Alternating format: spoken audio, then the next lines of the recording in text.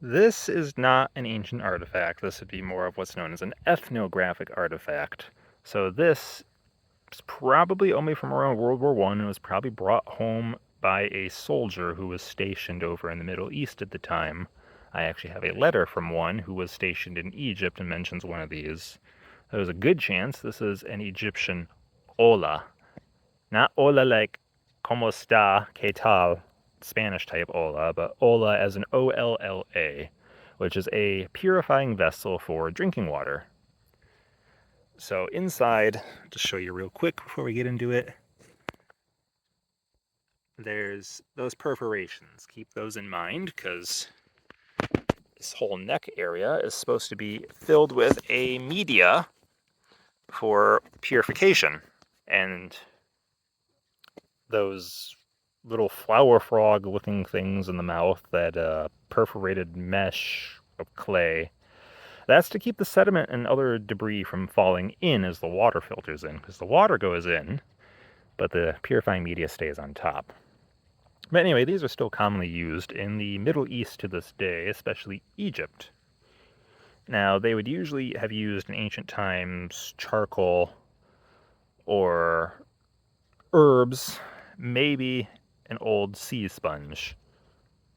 But in addition to the initial filtration, this low-fired, unglazed clay tends to extract impurities from the water, making it safer to drink. And natural properties of clay are cooling. Clay usually feels cold to the touch.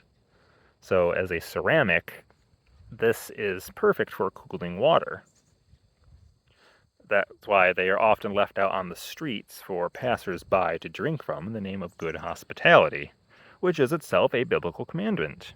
However, that's not going to be our focus today. I could easily write a sermonette using this ethnographic artifact on hospitality, but today we're going to be focusing on water. Because water plays a major symbolic role in the Bible. Most of you who are listening were probably baptized in water to symbolically purify yourselves of sin and to represent the dying of the self to sin while being reborn in the faith. Jews in Jesus' time were far more washy than the average person of the era, and the priests were constantly washing to the extent that many had mikvahs, which are ritual baths, of natural flowing spring water in their own homes to fully bathe themselves daily, sometimes 3 times daily.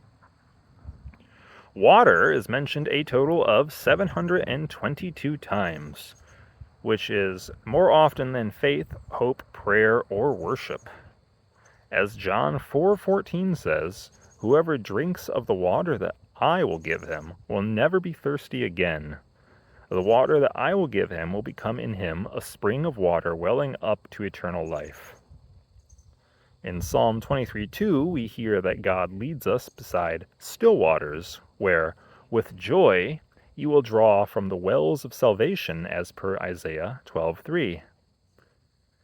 The Lord will guide you continually and satisfy your desire in scorched places, and make your bones strong, and you shall be like a well-watered garden, like a spring of water, whose waters do not fail, according to Isaiah 58:11.